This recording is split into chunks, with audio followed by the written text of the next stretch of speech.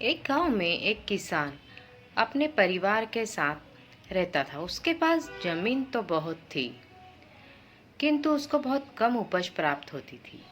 इससे वह हमेशा चिंता में रहता था कि घर में खाने के लिए तो कुछ नहीं है।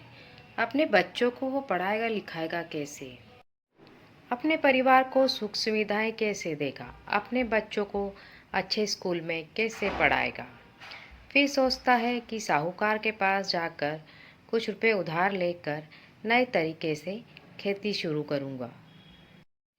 यह सोचकर साहूकार के पास उधार रुपए लेने के लिए जाता है। साहूकार उसे रुपए उधार तो दे देता है, पर कहता है कि मेरी एक शर्त है। यदि तुमने समय पर मेरे पैसे नहीं लौटाए तो तुम्हारी जमीन मेरी हो जाएगी।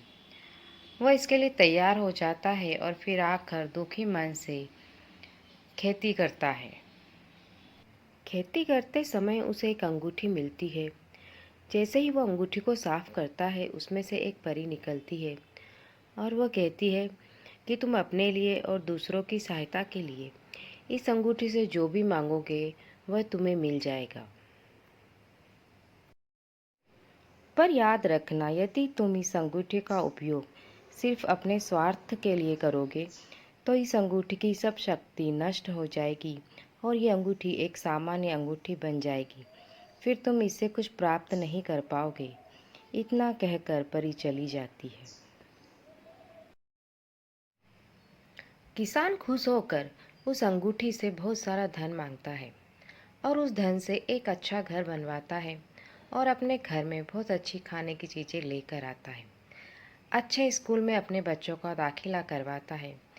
धीरे धीरे उसकी खेती बाड़ी बढ़ने लगती है और वो अपने परिवार के साथ बहुत खुश रहता है।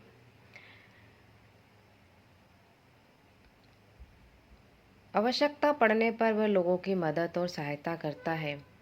इस प्रकार गांव में उसकी प्रसिद्धि बढ़ जाती है और उसका परिवार एक सुखी परिवार बन जाता है।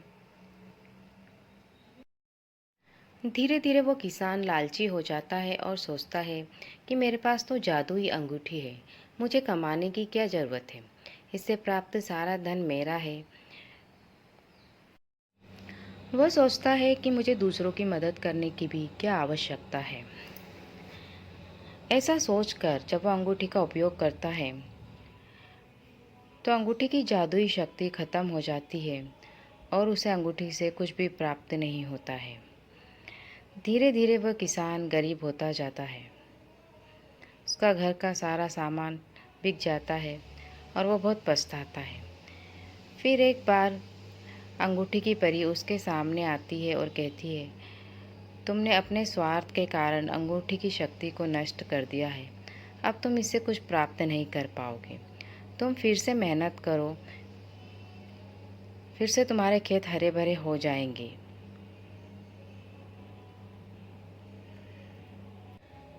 फिर वो किसान सोचता है कि मेहनत का कोई विकल्प नहीं है, मुझे इतना लालच नहीं करना चाहिए था। मेहनत से खेत की जुताई करता है और धीरे धीरे उसके खेत फिर हरे भरे हो जाते हैं।